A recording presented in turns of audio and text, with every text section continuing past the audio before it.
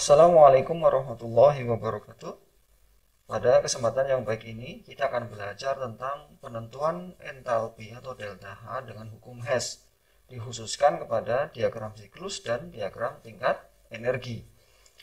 Diharapkan setelah mempelajari materi ini, peserta didik dapat memahami apa itu hukum Hess dan dapat menghitung entalpi reaksi delta H dengan diagram siklus dan menghitung entalpi reaksi dengan diagram tingkat energi. Hukum Hess. Hukum Hess menyatakan perubahan entalpi hanya tergantung dari keadaan awal dan akhir reaksi saja, tidak tergantung pada jalannya reaksi. Nah, ini sebagai contoh misalnya, ini ada reaksi pembentukan CO2 gas, ya. Dia memiliki dua jalan. Yang pertama dibentuk langsung dari karbon ditambah oksigen, ya. C ditambah O2, ini langsung ke kanan menghasilkan CO2. Ini entalpinya adalah minus 394 kJ eksoterm, ya, melepas. Nah, ternyata pembentukan CO2 ini juga bisa melalui jalan yang lain. Nah, ini CO2 tidak langsung membentuk CO2, tetapi membentuk dulu karbon monoksida atau CO plus setengah O2. Nah, ini yang pertama, ini jalan pertama, ya. Terus CO ditambah setengah O2 baru menghasilkan CO2. Sehingga reaksi ini memiliki tiga jalan, atau jalan yang pertama, ya, CO2 langsung berubah menjadi CO2 di sini. Nah, ini diawali dari sini karbon ditambah dengan oksigen, ya, dan diakhiri di CO2 ini. Nah, kalau kita perhatikan, ini memiliki ada dua pilihan, ya. Pembentukan CO2 ini ada dua pilihan. Nah, perhatikan. Untuk entalpi reaksi yang pertama ini nilainya minus 394 kJ. Tapi kalau dipecah melalui jalan yang lain, ini dari C ditambah O2 menjadi CO plus setengah O2, ini memiliki entalpi minus 1 kJ, 111 kJ minus, ya. Sementara karbon monoksida ditambah oksigen menghasilkan CO2 memiliki entalpi minus 283 kJ. Kalau kita perhatikan, ya, antara delta H2 dan delta H3 ini, andai kata kita jumlah, itu sama dengan minus 394 kJ. Sama saja dengan ketika langsung dari karbon ditambah oksigen menghasilkan CO2 gas, ini entalpinya minus 394 kJ. Nah, artinya berarti pembentukan ini CO2 bisa melalui dua jalan, ya. Nah, andai kata ini dirangkum, ya, ini menjadi delta H1 itu nilainya sama dengan delta H2 ditambah delta H3. Seperti itu. Ini ada maksud dengan entalpi hanya tergantung dari keadaan awal dan akhir saja, tidak tergantung jalannya reaksi. Kita mau memilih jalan yang mana saja, gitu, ya. Nah, ibaratnya ini misalnya kalau kita dari satu kota ke kota A, dari kota A ke kota C misalnya, ini bisa langsung dari A ke C atau memutar dulu melalui B. Nah, tapi tidak bergantung pada jalannya reaksi. Nah, reaksi seperti ini, diagram seperti ini dinamakan diagram siklus, ya. Bisa kita rangkum seperti ini. Dari A menuju B itu memiliki entalpi 1 atau delta H1. Tapi bisa melalui C dulu, ya. Bisa melalui C dulu. Ini delta H2. Lalu baru dari C ke B ini delta H3. Sehingga, ya, ini awalnya menuju ke B bisa melalui AC dan CB. Nah, ini akhirnya. Nah, dari diagram siklus ini dapat disimpulkan delta H1 nilainya sama dengan delta H2 ditambah delta H3. Kita perhatikan arah panahnya, ya, diawali dari A dan diakhiri semuanya menuju ke B. Nah, andai kata reaksi yang memiliki 4 jalan, ya, ini seperti ini. Ini kalau kita perhatikan arah panahnya semua bermula dari A dan diakhiri di D, ya kan? Nah, sehingga dari A akan menuju D, kalau kita perhatikan bisa melalui AB lalu BD atau bisa melalui AC baru CD, seperti itu. Nah, ini awalnya dan yang D ini adalah akhirnya.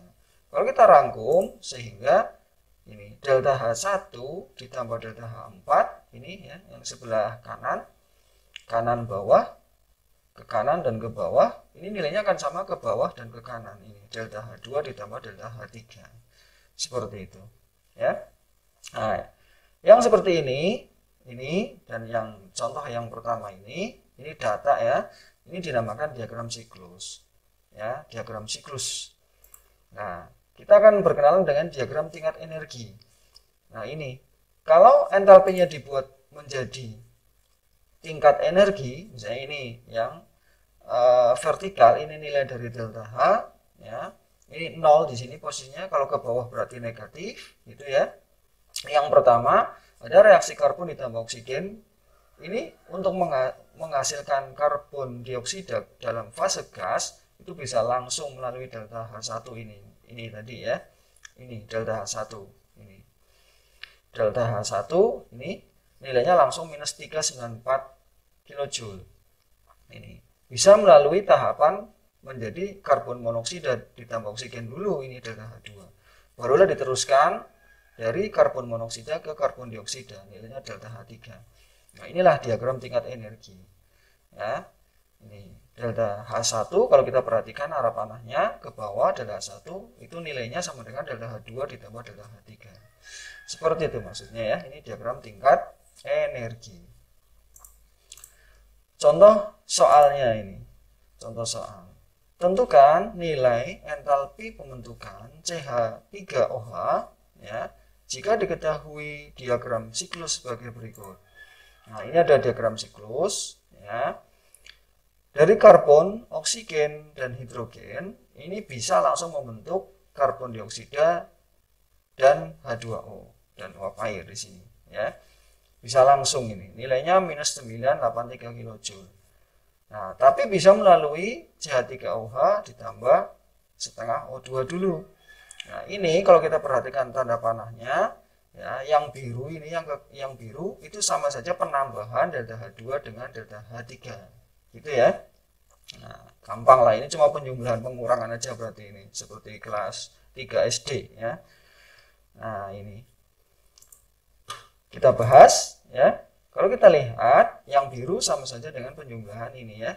Delta H1 sama saja nilainya dengan delta H2 ditambah delta H3. Sehingga delta H1 itu nilainya adalah minus 393 minus 983 ya, delta H2-nya yang ditanyakan. Ya, ini perhatikan ini ya. Ini delta H0F pembentukan CH3OH. Pembentukan itu kan harus dari unsurnya. Berarti yang ini kan ya. Unsurnya CH3OH itu ada karbon, ada oksigen, ada hidrogen ini ya.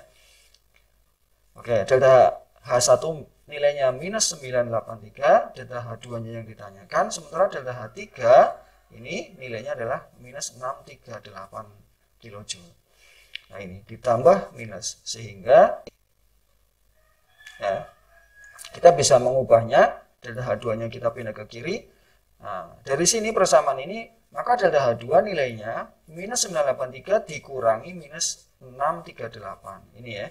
Minus 983 dikurangi minus 638. Nah, minus ketemu minus menjadi positif ya.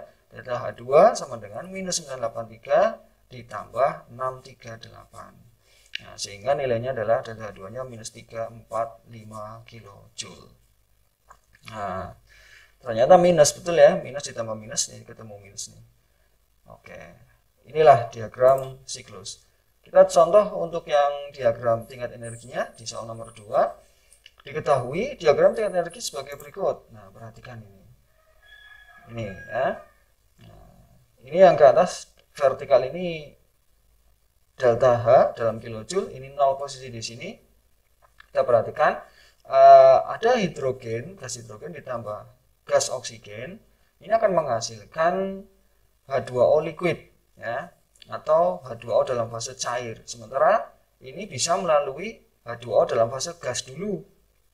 Ini kalau kita perhatikan entalpi 1 delta H1 itu nilainya sama dengan delta H2 ditambah delta H3 gitu ya. Nah, di sini entalpi 1 itu minus 285, sementara entalpi 2 nya minus 242. Nah, Ini datanya seperti ini. Ditanyakan tentukan delta H penguapan 2 mol air. Penguapan 2 mol air. Ya, kita tahu yang namanya penguapan air itu berarti dari fase cair menuju fase gas, ya kan ya. H2O liquid berubah ya, menguap menjadi H2O gas. Sehingga kalau kita perhatikan penguapan air ini ya, H2O liquid berubah menjadi H2O gas. Berapakah entalpinya? Nah, tetapi ini yang ditanyakan dalam 2 mol. Ya, bukan 1 mol. Nah, kalau kita perhatikan dari liquid ke gas itu arahnya ke atas. Dari sini ini ya, dari H2O liquid menuju H2O gas, arahnya ke atas ke sana. Ini delta Hx-nya berapa ini? Dari sini ke sana ya. Nah, dilihat arahnya ini, kebalikan dari delta H3. Tapi delta Hx ini dapat kita cari melalui delta H3 dulu. Kalau delta H3 ketemu, maka delta Hx-nya adalah kebalikan nilainya dari delta H3. Gitu ya. Nah, kita bahas dulu. Kalau kita lihat delta H1 itu nilainya adalah delta H2 ditambah delta H3, gitu kan? Nah, delta H1-nya ini nilainya adalah minus 285. Nah, sementara delta H2-nya adalah minus 242. Delta H3-nya kita belum tahu, ya kan?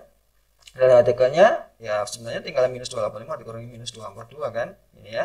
Delta H3 sama dengan minus 285 dikurangi minus 242, ya kan? Nah, minus ketemu minus ditambah, sehingga delta H3-nya ketemu minus 285 ditambah 242 di sini. Atau delta H3 nilainya minus 43 kJ. Nah, sehingga ini perhatikan, karena arah delta Hx yang sedang kita cari ini adalah kebalikan ya dari arah delta H3, dapat kita simpulkan nilai delta Hx ini kebalikan dari nilai delta H3. Kalau delta Hx-nya negatif, nanti kalau delta H3-nya adalah negatif, maka delta Hx-nya pasti positif. Ini delta Hx sama dengan negatif delta H3. Atau delta Hx sama dengan minus 43 atau menjadi positif 43 kJ. Nah, apakah positif 43 kJ ini sudah ketemu? Belum selesai ya. Nah, karena ditanyakan ini 2 mol ya, 2 mol air, maka untuk 2 mol air ini tinggal dikalikan 2, sehingga positif 43 ini nilainya menjadi dikalikan 2 menjadi positif 86 kJ. Nah, ini ya. Ini endoterm ya, endoterm. Artinya menyerap kalor, sehingga dapat kita simpulkan ya, penguapan air dari liquid menjadi gas atau proses penguapan air ini membutuhkan kalor sebanyak 86 kJ untuk 2 molnya ya, yang membutuhkan kalor. Endoterm ini positif. Oke, begitu ya, dapat dipahami ya. Nah, sekarang ini untuk latihan soalnya, diketahui diagram siklus sebagai berikut ini. Diagram siklus ya. Ini pembentukan SO3 dari unsur-unsurnya S ditambah O2 bisa melalui entalpi yang pertama ini atau bisa melalui jalan yang lain ini. Nah, ditanyakan tentukan delta H reaksi SO3 menjadi SO2 ditambah O2. Perhatikan, ini yang ditanyakan adalah entalpi reaksi dari SO3 menjadi SO2 ditambah O2. Ayo, hati-hati arahnya di sini ya, yang saya tanyakan. Tapi ada hubungannya dengan delta H0, ini nilainya berapa. Tetapi reaksinya ini berapa ini. Ya, harus hati-hati, arahnya perhatikan. Oke, semoga dapat dipahami apa yang dapat saya sampaikan pada kesempatan yang baik ini. Ya, dan tentunya tidak mudah lupa ya. Sekian, terima kasih dan semoga sukses. Wassalamualaikum warahmatullahi wabarakatuh.